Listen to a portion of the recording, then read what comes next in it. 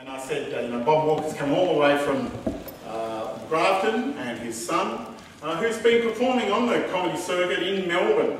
So we have a real treat, Ryan Walker.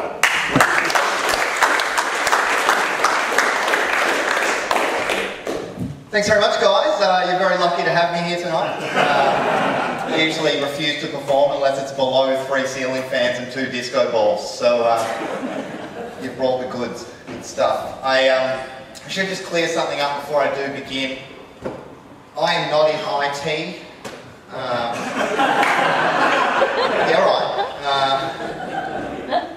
Just wear glasses. That can be confusing for some people. They'll automatically assume that, like, oh, you must be good with computers. No, I'm just shit with eyesight. So, completely different skill. There is no TAFE course for this shit. I've been living in Melbourne for the last 4 years, and I've moved back with my dad for a little while in Grafton. And if you've never moved from the city to Grafton, that's like living somewhere really, really, really awesome, and then Grafton. It's quite a downward slide. I'm going through a bit of a tough financial period. I'm on the dole at the moment, right? YOLO, kids. And I don't mind it. Like I like going to Centrelink because it makes me feel better about myself, I'll be honest. When you go through those doors and you go, holy shit, things could be a lot worse. I was there recently, and there was this guy in the appointment ahead of me, and out of nowhere, he just snapped. Right? He's like, this is bullshit! I shouldn't have to wait this long! I'd sell my ass for a free hot dog! What does that even mean? The lady, she just looked back at him and went, so you haven't found a job yet then, sir? Pretty obvious, isn't it? And I'm sitting there and thinking, why don't they just give this guy a job at Centrelink? You know what I mean? Like they've got interpreters for every other language. Why not crazy? You know that lady's in the same situation again. Oh, I'd sell my ass for a free hot dog. Sir, can you just calm down? Hey Dave, can you just come up? Yeah. What's that? Rent assistance. Alright, no worries, we'll get that process for you, sir. All you have to do is ask. Anyway, usually quite a rude comedian, so this is quite difficult. I don't know how to say this nicely. You're like the oldest crowd I've ever performed in front of.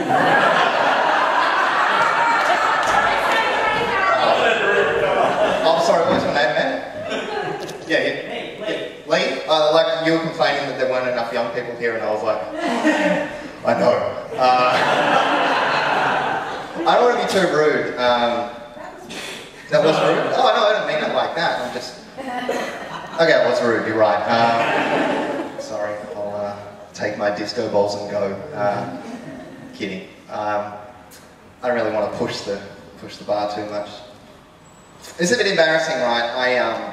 The other night I sat on my hand until it went numb, and it actually felt like someone else was fingering my girlfriend. So, okay, too far. All right, no worries. I know that. But I'd test the waters. No, Ryan, take 3 steps backwards. I'll tell you a bit about myself. I grew up in Mullumbimby, moved to Melbourne primarily to meet women that shave. Basically I figure I don't have any pubes, why should you? Alright? No need to brag, it's just puberty. Kidding. I've got pubes. I've got heaps of them actually, they're coming out my ass, so maybe you want some? Chuck them in the air, make a wish. I wish he'd stop. Wish granted. Wow, this is really interesting. I had a pretty tough time. A lot of people often wonder why you get into comedy, and it's not usually very together people that get into comedy, because success doesn't really make for funny stories, does it? I had a tough time in high school, right? Don't let this shit fool you. Okay. I'll paint you a picture, right? I was really skinny, glasses. Probably fill in the blanks. No, like really buck teeth as well. Like they stuck out that far. My top lip was like a tarpaulin. Rainy days, the kids would gather around and tell ghost stories. It felt good to be a part of something. I did get get bullied in high school, and you know, a lot of people get bullied. Not like me though. I got bullied by the other kids that got bullied. Yeah, that's how low on the food chain. I was like the victim's victim. You ever see like those nature documentaries, right, where the lion's chasing the gazelle? Well, I'm the grass in that scenario. But just walk all over me. That's cool. It's only taken me 10 years to get over it. Whatever, I'm not better. I need to get my shit together though. I've got too many vices, I realise. Like I drink, I smoke, I do drugs. And it's just too much, you know what I mean? Like I wish sobriety was addictive. Like I could quit everything else cold turkey, I reckon. And it just, my only fear is, you know, people that are sober all the time are like the most boring people you've ever met. They're like, oh, my body is a temple. Like at no point will my body ever be a temple. Like at best it's like a witch's hat next to a pile of spew. like a shrine of remembrance to a decade I can't remember. That's cool. I thought of another joke I left out before. Alright, cool. I went for a job interview the other day, and usually, you know, you get the same sort of questions. I'm a chef by trade, and I usually get the same sort of questions every interview. They're like, oh, have you got your trade certificate? Yeah. Have you got your first aid certificate? Yeah. And the other day this guy's like, do you have your ladder license? I'm sorry, what? I've got my driver's license, does that count?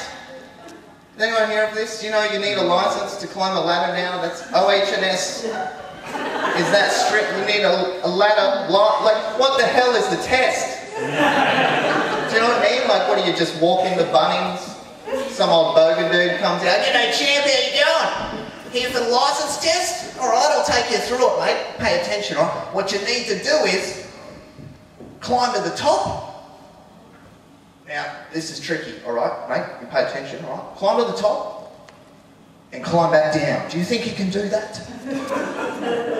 You know, I'm just standing there, I've got my logbook, I'm like, mate, 120 hours, let's do this shit. But there's got to be a test, right?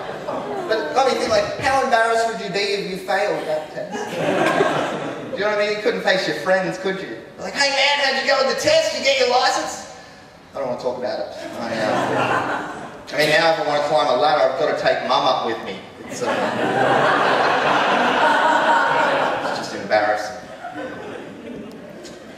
I'm going to try one more joke and then get out of your hair. Feeling the audience? Yeah, right. Are there any stoners in the house? Anyone like to puff the magic dragon? Just takes one, it's fine.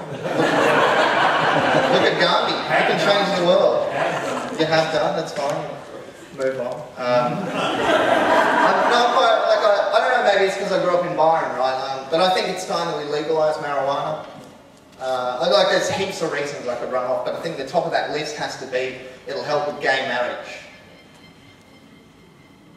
Okay, I'll explain it to you. It is physically impossible to be stoned and homophobic at the same time. Can't be done. You know, like you could be, you know, the kind of guy you'd see at the footy on a Sunday, oh, you bloody poofters, why don't you go home and eat a dick? Right, but if you're stoned, suddenly that's, oh fuck, I could eat a dick. I'm not saying you have to eat it. Just appreciate that someone else might want to.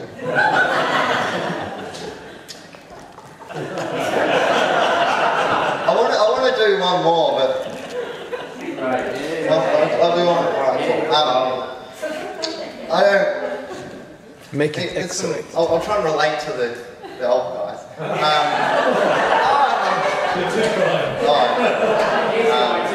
You know when you're on Twitter, right, and you're like, do I hashtag? I totally forgot what I was going to say. It's infectious. It is infectious. It's probably too much marijuana. Too much senility. Oh, okay. Do you think chivalry still exists? Is that a thing?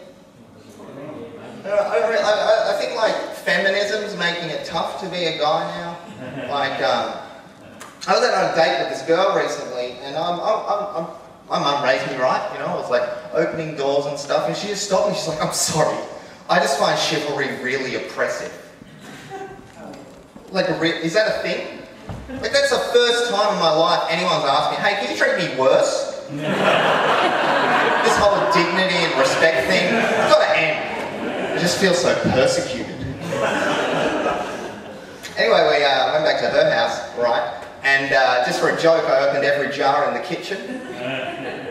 Just so she knows her place, you know what I mean? Anyway, I'll leave it on that sexist bombshell. Thanks very much, guys.